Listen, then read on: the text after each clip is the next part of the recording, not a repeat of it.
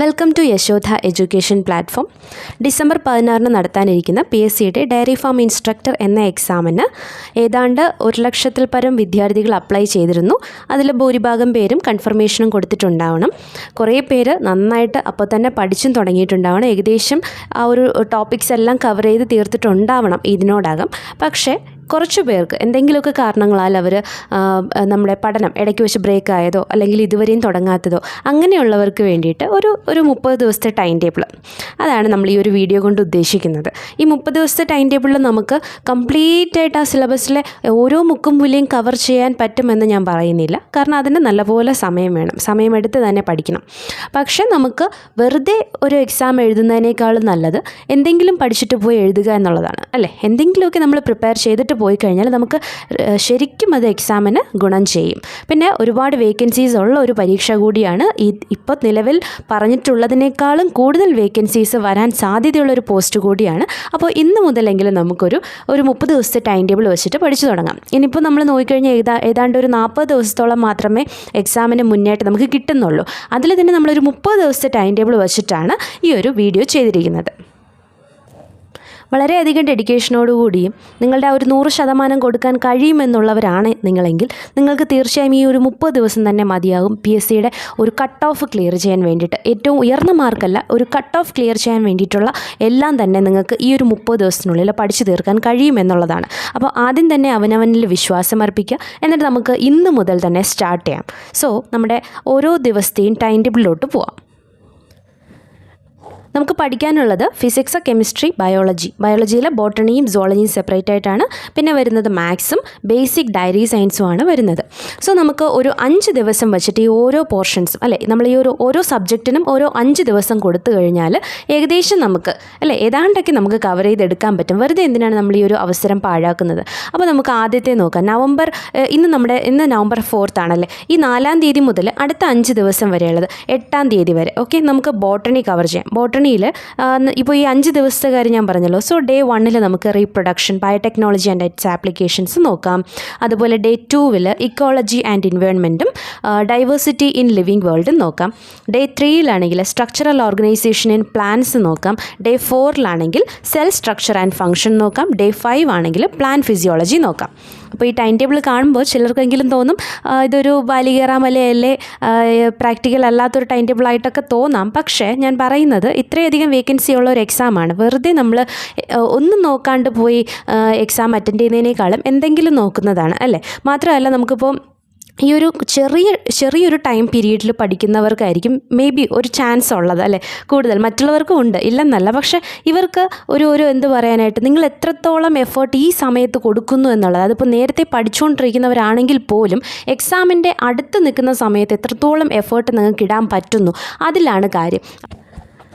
മാത്രമല്ല നമുക്ക് ഈ ഒരു ചെറിയ ടൈം പീരീഡിനുള്ളിൽ ഇതൊരു ചലഞ്ചായിട്ട് തന്നെ എടുക്കാം, അല്ലേ? ഒരു 30 ദിവസത്തെ ചലഞ്ചായിട്ട് തന്നെ എടുക്കാം. നമുക്ക് എല്ലാ പോർഷൻസും പഠിച്ചു തീർക്കാൻ പറ്റിയില്ല എങ്കിലും നല്ലൊരു സ്മാർട്ടായിട്ടുള്ളൊരു രീതിയിലൂടെ, സ്മാർട്ട് പ്ലാനിങ്ങിലൂടെ എന്താണോ പരീക്ഷയ്ക്ക് ഏറ്റവും അത്യാവശ്യം അത് മാത്രമെങ്കിലും കവർ ചെയ്യുന്ന രീതിയിൽ നമുക്ക് ഓരോ ദിവസവും ഈ പറയുന്ന ടോപ്പിക്സ് ക്ലിയർ ചെയ്ത് പോവുകയാണെങ്കിൽ എന്തായാലും ഈ ഒരു 30 ദിവസം ചലഞ്ചായിട്ട് തന്നെ നിങ്ങൾ എടുക്കുക. ഈ ഒരു 30 ദിവസം കഴിയുമ്പോൾ നിങ്ങൾക്ക് തന്നെ ഒരു കോൺഫിഡൻസ് വരും.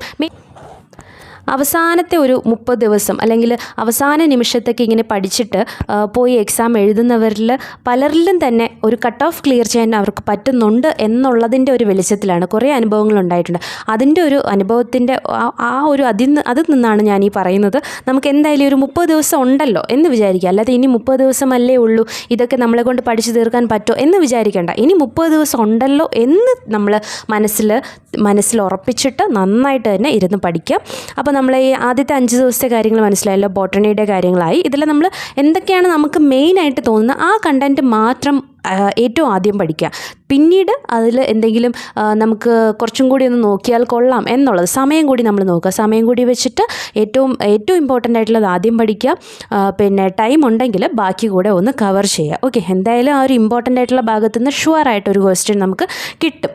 ഓക്കെ, സോ നമ്മൾ അടുത്ത വീക്ക് എന്ന് പറയാൻ പറ്റത്തില്ല, നമ്മൾ 5 ഡേ വെച്ചിട്ടാണ് പ്ലാൻ ചെയ്ത് പോകുന്നത്. സോ അടുത്ത സെറ്റിൽ നോക്കേണ്ടത് നവംബർ 9 മുതൽ 13 വരെ സുവോളജിയാണ്. ഷെഡ്യൂൾ ചെയ്തിരിക്കുന്നത്. അതിൽ ഡേ 1 ആണെങ്കിൽ നമുക്ക് റീപ്രൊഡക്ഷൻ, ജെനറ്റിക്സ് ആൻഡ് എവല്യൂഷൻ നോക്കാം. ഡേ 2-ൽ ബയോളജി ആൻഡ് ഹ്യൂമൻ വെൽഫെയറും ഇക്കോളജി ആൻഡ് എൻവയോൺമെൻറ്റൽ പ്ലാൻസും നോക്കാം. ഡേ 3-ൽ നോക്കേണ്ടത് diversity in living world, cell structure and function. പിന്നെ ഡേ 4ഉം 5ഉം നമ്മൾ ഹ്യൂമൻ ഫിസിയോളജീനെ രണ്ടായിട്ട് മാറ്റിയിരിക്കുകയാണ്. ഹ്യൂമൻ ഫിസിയോളജിയിലെ ആദ്യത്തെ 3 പോർഷൻസ് ടോപ്പിക്സ് ആണ് ഡേ 4-ൽ നോക്കുന്നത്. Breathing and respiration, body fluids and circulation, excretory products and their elimination. പിന്നെ ഡേ 5-ൽ നോക്കുന്നത് ഹ്യൂമൻ ഫിസിയോളജിയുടെ ബാക്കി 3 chapters: locomotion and movement, neural control and coordination, chemical coordination and regulation. So നമ്മൾ അടുത്ത സെറ്റിലോട്ട് പോവുകയാണ്. നവംബർ 14-ാം തീയതി മുതൽ 18-ാം തീയതി വരെ ബേസിക് ഡയറി സയൻസ് എന്ന് പറയുന്ന പോർഷനിലെ ഒരു സബ്ജക്റ്റിലെ അതിൽ നമുക്ക് ഓൾറെഡി 5 മോഡ്യൂൾസ് ആയിട്ട് തന്നിട്ടുണ്ടല്ലേ. മോഡ്യൂൾ 1, 2, 3, 4, 5 എന്ന് പറഞ്ഞ് തന്നിട്ടുണ്ട്. സോ മോഡ്യൂൾ 1 നമുക്ക് ഡേ 1-ൽ നോക്കാം, ഡേ 2-ൽ മോഡ്യൂൾ 2 നോക്കാം, ഡേ 3-ൽ മോഡ്യൂൾ 3, മോഡ്യൂൾ 4 ആണെങ്കിൽ 4th ഡേ, മോഡ്യൂൾ 5 ആണെങ്കിൽ 5th ഡേ. ഇങ്ങനെ നമുക്ക് പോകാം.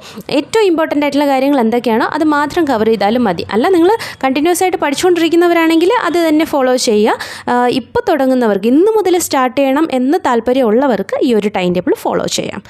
പിന്നെ അടുത്ത സെറ്റ് വരുന്നത് നവംബർ 19 മുതൽ 23 വരെ നമ്മൾ കെമിസ്ട്രിയാണ് നോക്കാൻ ഉദ്ദേശിക്കുന്നത്.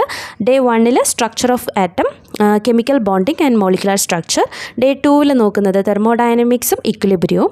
ഡേ 3-ൽ നോക്കുന്നത് organic chemistry, some basic principles and techniques, പിന്നെ സൊല്യൂഷൻസ്. ഡേ 4-ൽ നോക്കുന്നത് chemical kinetics, alcohols and phenols. Day 5-ൽ നോക്കുന്നത് aldehydes, ketones, carboxylic acids, biomolecules. അടുത്ത സെറ്റ് വരുന്നത് നവംബർ 24 മുതൽ 28 വരെയാണ്. നമുക്ക് ഫിസിക്സ് നോക്കാം. ഫിസിക്സ് അത്യാവശ്യം പഠിക്കാനുണ്ട്, എല്ലാം തന്നെ നന്നായിട്ട് പഠിക്കാനുണ്ട്.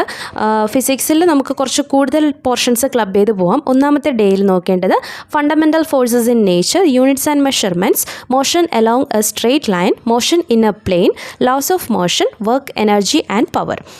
ഡേ 2-ൽ നോക്കാം mechanics of solids, mechanics of fluids, heat and thermodynamics, oscillations.